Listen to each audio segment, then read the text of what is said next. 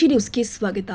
ಗದಗ ಜಿಲ್ಲೆಯ ಗಜೇಂದ್ರಗಡ ತಾಲೂಕಿನ ಲಕ್ಕಲಕಟ್ಟಿ ಗ್ರಾಮ ಪಂಚಾಯಿತಿ ವ್ಯಾಪ್ತಿಯ ನಾಗೇಂದ್ರಗಡ ಗ್ರಾಮದಲ್ಲಿ ಕಳೆದ 3 ವರ್ಷಗಳಿಂದ ನೆಟ್ವರ್ಕ್ ಸಮಸ್ಯೆ ತೀವ್ರಗೊಂಡಿದ್ದು, ಗ್ರಾಮಸ್ಥರು ಮೂಲಭೂತ ಸರ್ಕಾರಿ ಸೌಲಭ್ಯಗಳಿಂದ ವಂಚಿತರಾಗಿದ್ದಾರೆ ಎಂದು ಆರೋಪಿಸಿದ್ದಾರೆ.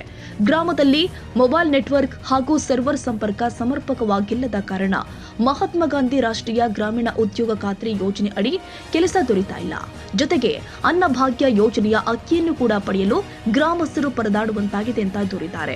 ನ್ಯಾಯಬೆಲೆ ಅಂಗಡಿಯಲ್ಲಿ ರೇಷನ್ ಪಡೆಯಲು ಬಯೋಮೆಟ್ರಿಕ್ ದೃಢೀಕರಣ ಕಡ್ಡಾಯವಾಗಿದ್ದು, ನೆಟ್ವರ್ಕ್ ಸಮಸ್ಯೆಯಿಂದ ಗ್ರಾಮದಲ್ಲೇ ಬೆರಳಚ್ಚು ನೋಂದಣಿ ಸಾಧ್ಯವಾಗ್ತಾ ಇಲ್ಲ. ಪರಿಣಾಮವಾಗಿ ಗ್ರಾಮಸ್ಥರು ಸುಮಾರು 20 ಕಿಲೋಮೀಟರ್ ದೂರದ ಗಜೇಂದ್ರಗಡ ಪಟ್ಟಣಕ್ಕೆ ತೆರಳಿ ಬಯೋಮೆಟ್ರಿಕ್ ದೃಢೀಕರಣ ಮಾಡಿಸಿಕೊಂಡು ಬರಬೇಕಾದ ಪರಿಸ್ಥಿತಿ ನಿರ್ಮಾಣವಾಗಿದೆ. ಒಂದು ದಿನದ ಕೂಲಿ ಕೆಲಸವನ್ನ ಬಿಟ್ಟು ಪಟ್ಟಣಕ್ಕೆ ತೆರಳಿ ಬಯೋಮೆಟ್ರಿಕ್ ಮಾಡಿಸಿಕೊಂಡು ಬಂದ ನಂತರವೇ ನ್ಯಾಯಬೆಲೆ ಅಂಗಡಿಯಲ್ಲಿ ಅಕ್ಕಿ ವಿತರಿಸಲಾಗ್ತಾ ಇದೆ. ಬಯೋಮೆಟ್ರಿಕ್ ಮಾಡಿಸಿದ ಫಲಾನುಭವಿಗಳಿಗೆ ರೇಷನ್ ಕೊಡ್ತಾ ಇಲ್ಲ ಎಂದು ಗ್ರಾಮಸ್ಥರು ಅಸಮಾಧಾನ ವ್ಯಕ್ತಪಡಿಸಿದ್ದಾರೆ. ಈ ಕುರಿತು ಮಾತನಾಡಿದ ರೈತ ಸಂಘದ ಗದಗ ಜಿಲ್ಲಾ ಅಧ್ಯಕ್ಷ ಬಸವರಾಜ್ ಹೂಗಾರ್, ನೆಟ್ವರ್ಕ್ ಸಮಸ್ಯೆಯಿಂದ ಗ್ರಾಮಸ್ಥರು ವಿವಿಧ ಸರ್ಕಾರಿ ಸೇವೆಗಳಿಂದ ವಂಚಿತರಾಗ್ತಿದ್ದಾರೆ. ಗ್ರಾಮದಲ್ಲಿ ಶಕ್ತಿಶಾಲಿ ಮೊಬೈಲ್ ಟವರ್ ಹಾಗೂ ಉತ್ತಮ ಸರ್ವರ್ ಸಂಪರ್ಕ ವ್ಯವಸ್ಥೆ ಕಲ್ಪಿಸಿ ಜನರ ಸಮಸ್ಯೆ ಪರಿಹರಿಸಬೇಕು ಅಂತ ಆಗ್ರಹಿಸಿದ್ರು.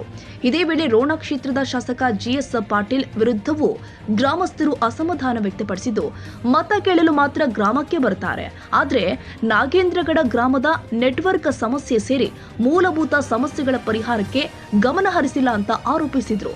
3 ವರ್ಷಗಳಿಂದ ಮುಂದುವರೆದಿರುವ ನೆಟ್ವರ್ಕ್ ಸಮಸ್ಯೆಯಿಂದ ಕೂಲಿ ಕಾರ್ಮಿಕರು, ರೈತರು ಹಾಗೂ ಸಾರ್ವಜನಿಕರು ಸಂಕಷ್ಟ ಅನುಭವಿಸ್ತಾ ಇದ್ದು, ಸರ್ಕಾರ ಹಾಗೂ ಸಂಬಂಧಪಟ್ಟ ಇಲಾಖೆ ಕೂಡಲೇ ಕ್ರಮ ಕೈಗೊಂಡು ಗ್ರಾಮಕ್ಕೆ ಸಮರ್ಪಕ ನೆಟ್ವರ್ಕ್ ಸೌಲಭ್ಯ ಕಲ್ಪಿಸಬೇಕು ಅಂತ ಗ್ರಾಮಸ್ಥರು ಒತ್ತಾಯಿಸಿದ್ದಾರೆ.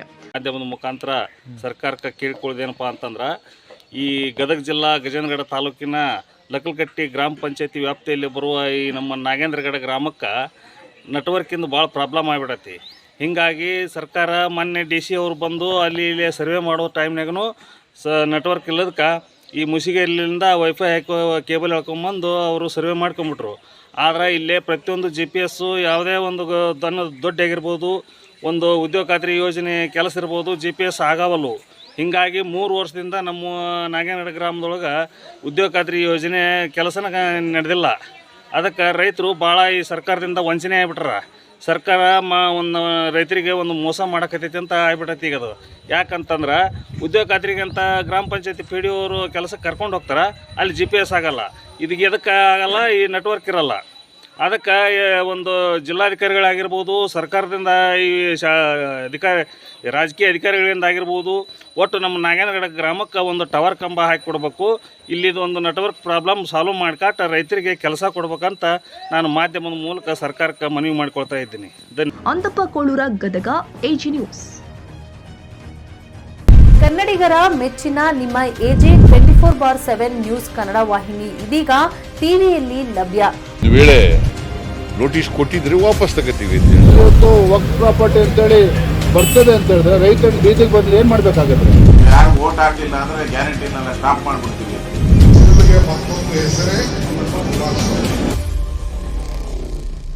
ಕರ್ನಾಟಕ ಮತ್ತು ದೇಶ ವಿದೇಶ 360 ಡಿಗ್ರಿ ಸುದ್ದಿ ಹಾಗೂ ಉತ್ತರ ಕರ್ನಾಟಕ, ಬೆಳಗಾವಿ, ಬಾಗಲಕೋಟೆ, ಧಾರವಾಡ, ಹಾವೇರಿ, ಗದಗ, ಬಿಜಾಪುರ ಜಿಲ್ಲೆಯ ಕ್ಷಣ ಕ್ಷಣದ ವಿವರವನ್ನ ಪಡೆಯುವುದಕ್ಕೆ ಎಜೆ 24/7 ನ್ಯೂಸ್ ಕನ್ನಡ ವಾಹಿನಿಯನ್ನ ಲೈಕ್ ಮಾಡಿ, ವಿಡಿಯೋಗಳನ್ನ ಶೇರ್ ಮಾಡಿ, ಕಮೆಂಟ್ ಮಾಡುವ ಮೂಲಕ ನಮ್ಮ ವಾಹಿನಿಗೆ ಸಹಕಾರ ನೀಡಿ ಮತ್ತು ಚಾನೆಲ್ ಅನ್ನ ಸಬ್ಸ್ಕ್ರೈಬ್ ಮಾಡಿ.